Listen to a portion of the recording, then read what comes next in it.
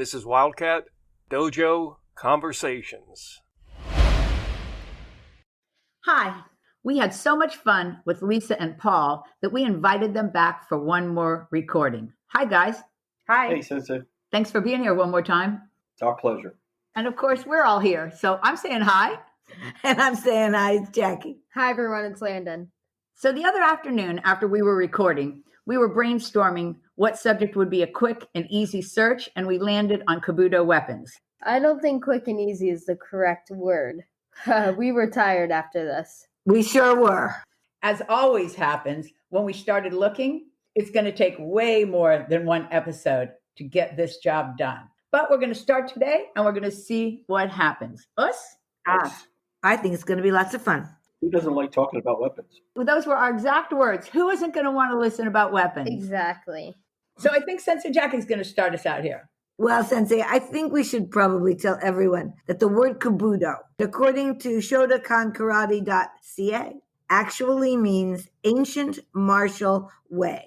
Everyone seems to agree on that part. I like that we now know that Kobudo actually means ancient martial way as opposed to weapons made from farming tools, which is what we always thought That's it what meant. I thought it meant. Right? That's Sensei.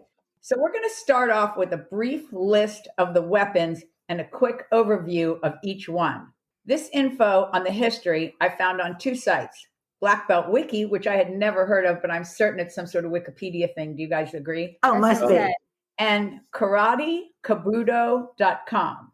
Okay, let the round robin begin, Paul. Okay, Sensei. I'm going to start with the bow, the stick, the long pole. Everyone thinks is the oldest weapons that man ever used. But I think especially now, can't you see you walking around the neighborhood with the bow so we can keep our social distancing? I love that. I did it the other night in karate. I had my arm out. It's almost if a person gets too close, you point the bow out and say, well, this is social distancing, please. And Sensei Jay mentions it more than once. He has mentioned Or it. you could hang a mask on the end.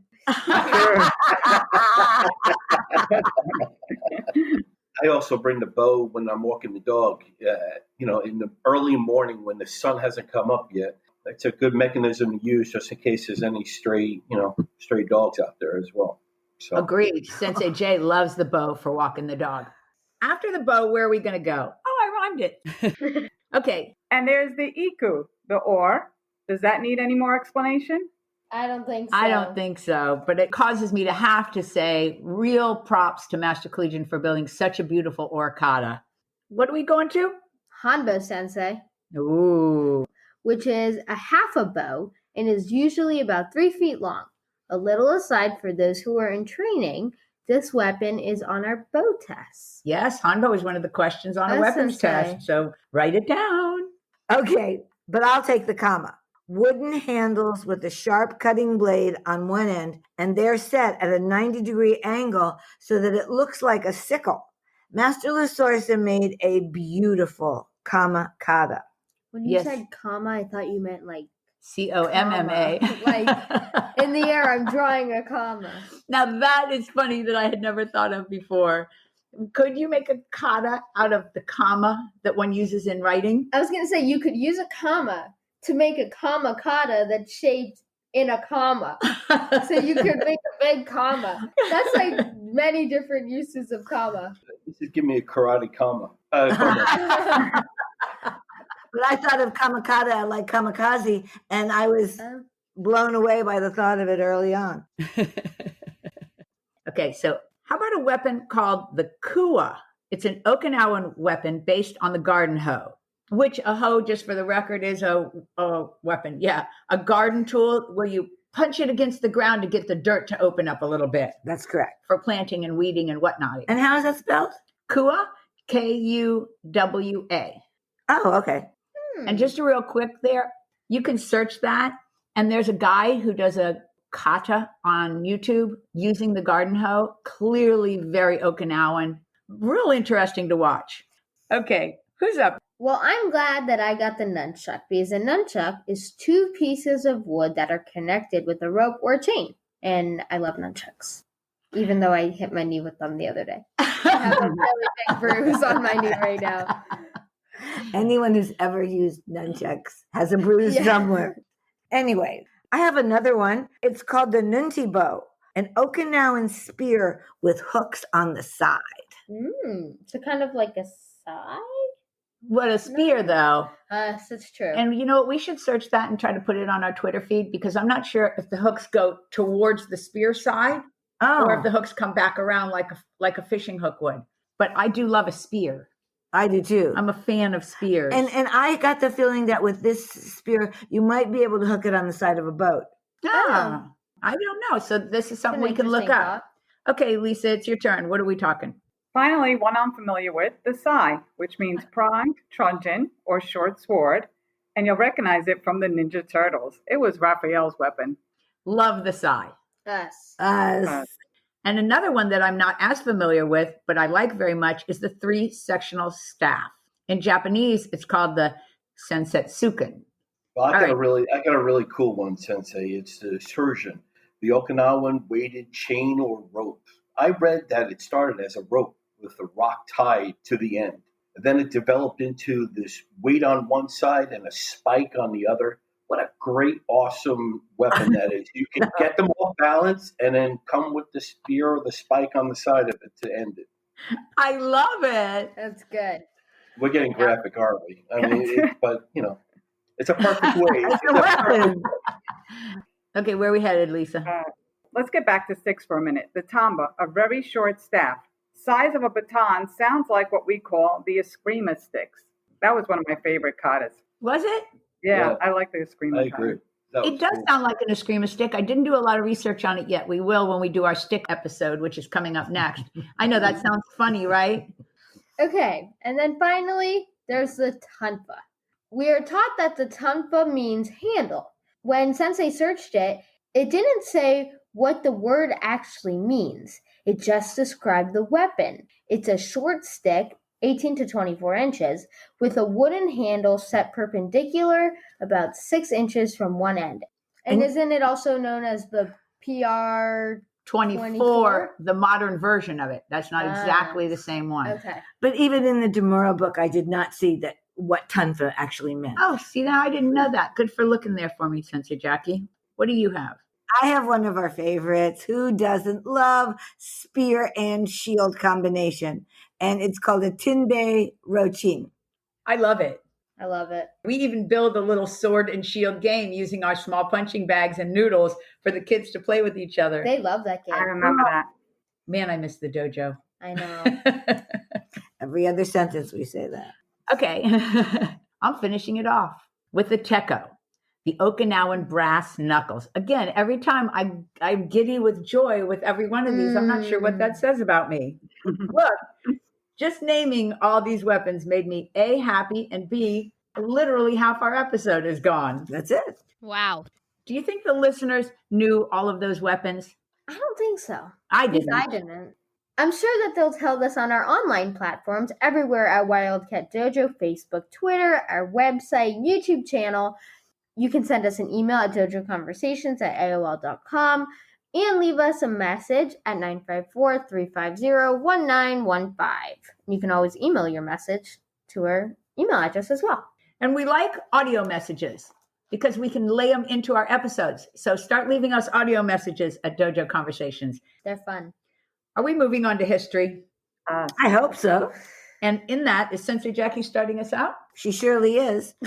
Yeah, talk about her in the third person, please. Tradition says that the Okinawan people were conquered by the samurai, so they made a method of fighting using their farming tools. That is what we were all taught, isn't it, Sensei Jackie? That's what we were taught. But the problem is that when we started doing the research, there's no clear evidence that it's true. And all the Kobudo weapons clearly resemble weapons from earlier in both China and other parts of Southeast Asia. Right. So that's going to cause me to throw out this theory. The Okinawans adapted what they had to resemble weapons they'd become familiar with through experience and oral history. So both things cannot really null each other out. You know what I mean, Paul? It's a good Yeah, theory.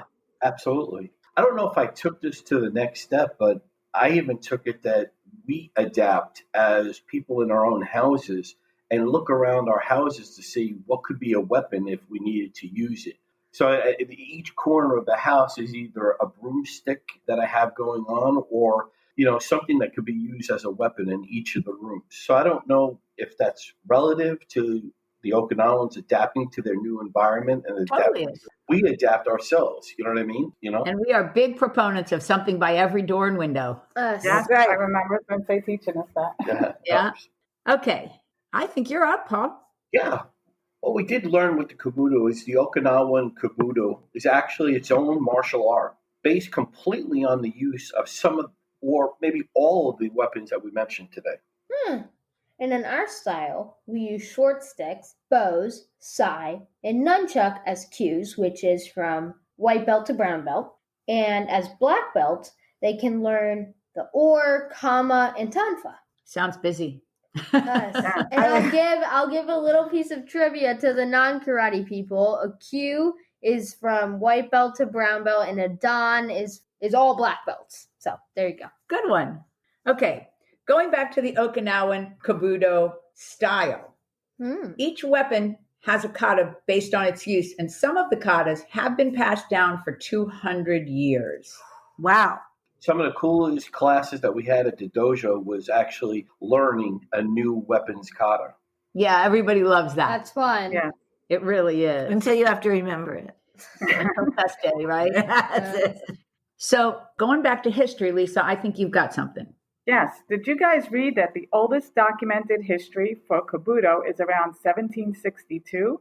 But it's believed to have existed before this documentation. Kobudo weapons are those used and adopted in the Ryukyu Peninsula near the end of the Tokugawa shogunate in the early 1600s. Us. Us. Okay, so there's no way we're going to be able to go into detail on all these weapons in one episode, correct? Us. That's right, Sensei. So I've picked two for today.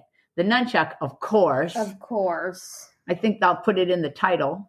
And you know what's an interesting nunchuck story before we get started? What's that? That's insane. In my brown belt, shodan, and nidan test, I spelled the word nunchaku wrong. It's spelled Nunchaku, but I spelled it Nunchuku.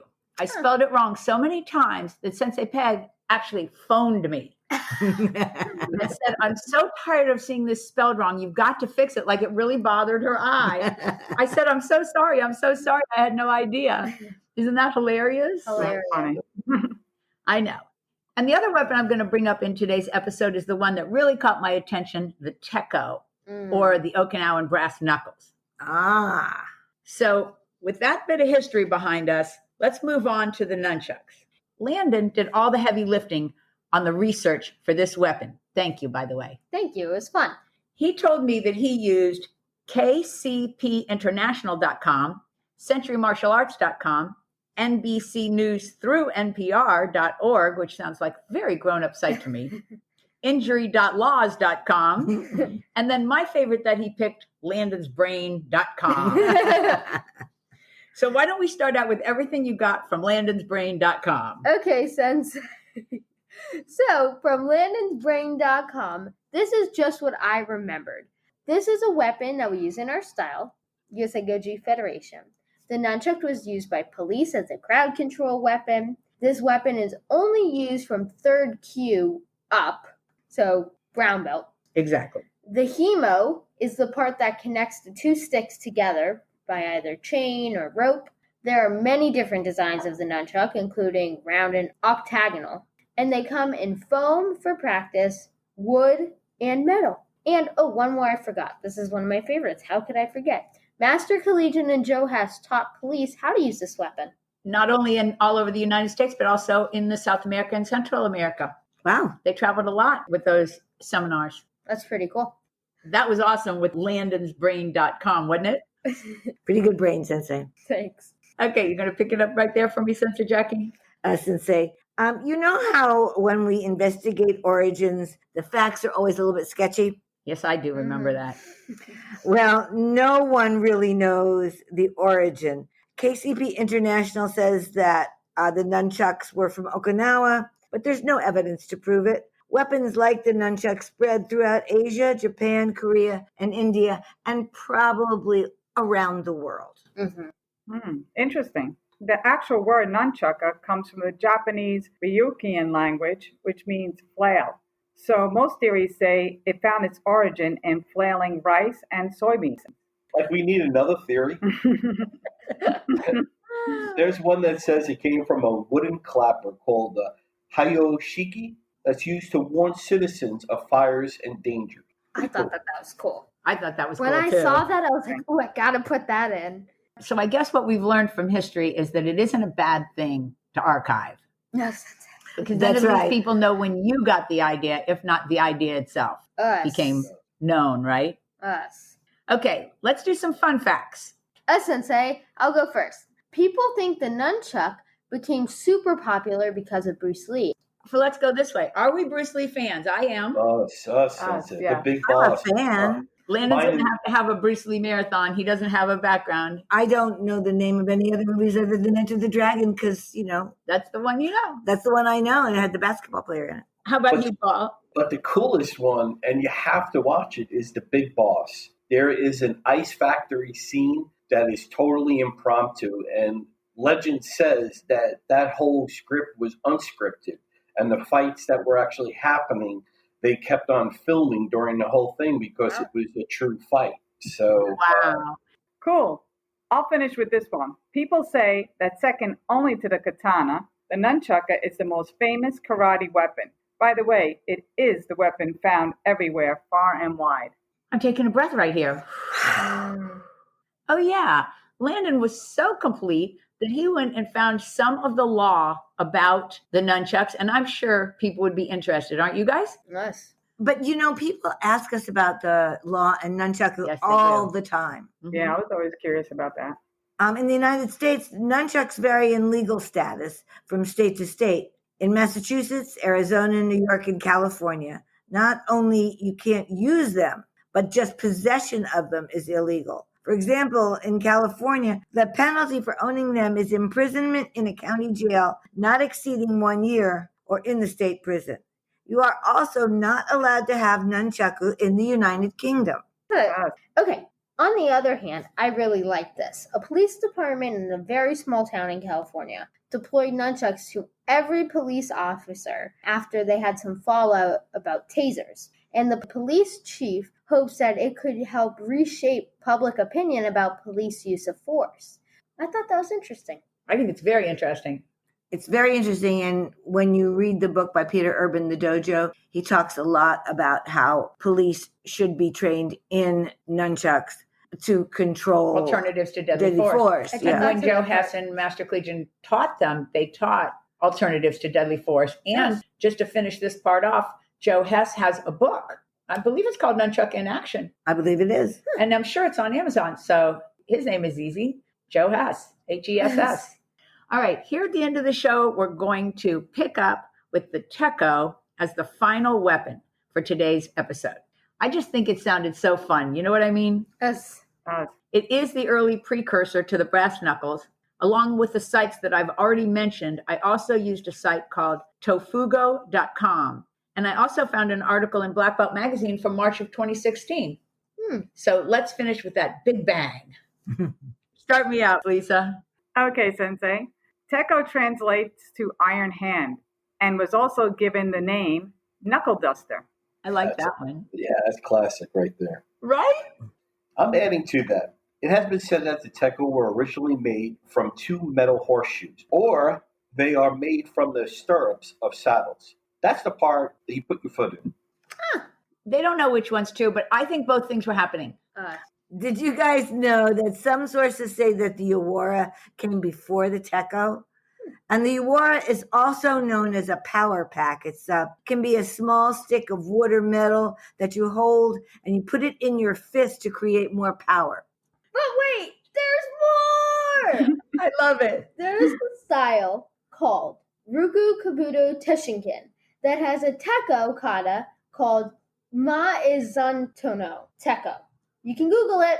According to the site, the kata was created by the late master Taira Shinken and named by him Maizato His original family name. Why do Okay. I get the big word? Okay, before we go to the law, which was an idea that you gave me, so thank you for that, Landon. Let's add that they are easy to conceal. Us. Oh, look, I wrote right here, taking a page from Landon. And I got my information from reference.com, and That's it a came thing? right up. Ooh, I'll use that. And here's what they say about the legality of brass knuckles. They are not illegal in Florida, brass Pacheco? knuckles. Oh. No, but you have to have a concealed weapons permit to carry them. True, but they are illegal in California, Illinois, Michigan, and Vermont. California doesn't have much fun, does it? No, we California couldn't have does a not dojo like there. its weapons. No. And if you use them in the commission of a crime, it's a felony. Obviously, we don't recommend that. Duh. We all know martial arts is all about defense. Us. And if your karate is perfect, you never have to use your techo. All right, guys. But do you insure it with the gecko? Oh, I don't know if we're allowed to give it. I love it. So, you know what I want to do before we close out today? I want to say if you or anybody out there who has an idea of someone who would like to sponsor us, please get in touch. Yes. Us. We love our sponsors and we love working with them. Yes, we're very easy to work with. We're very reasonable in every way. I know it doesn't sound it when we talk, but we are reasonable. Us. And we're looking for a second sponsor to go with. Honor Athletics, of course. And you can reach them at honorathletics.com. Or call them at 770-945-5150. And make sure that when you're checking out, you mention Wildcat Dojo in your voice, or you write it on your Order form. I knew that. I was going to say score sheet. You write it on your order form for your 10% discount. That was good. Thanks, Cynthia at Honor Athletics, for sticking with us in these crazy COVID Oh times. my goodness. And I want to thank you both for coming on. It was a pleasure. It was fun. You are the best. We had a great time. Always. We Thank knew we'd you. have fun with Kobudo, and we did. Us, we did. And with that, it's time for us to say goodnight. So start me out, Landon. Bye, everybody. Hope that you have a great day. Bye, everybody. See you next time. Bye. Bye. Stay safe. Stay well. And I'm signing off till next week. Thanks for being here. Hope you join us again on Wildcat Dojo Conversations.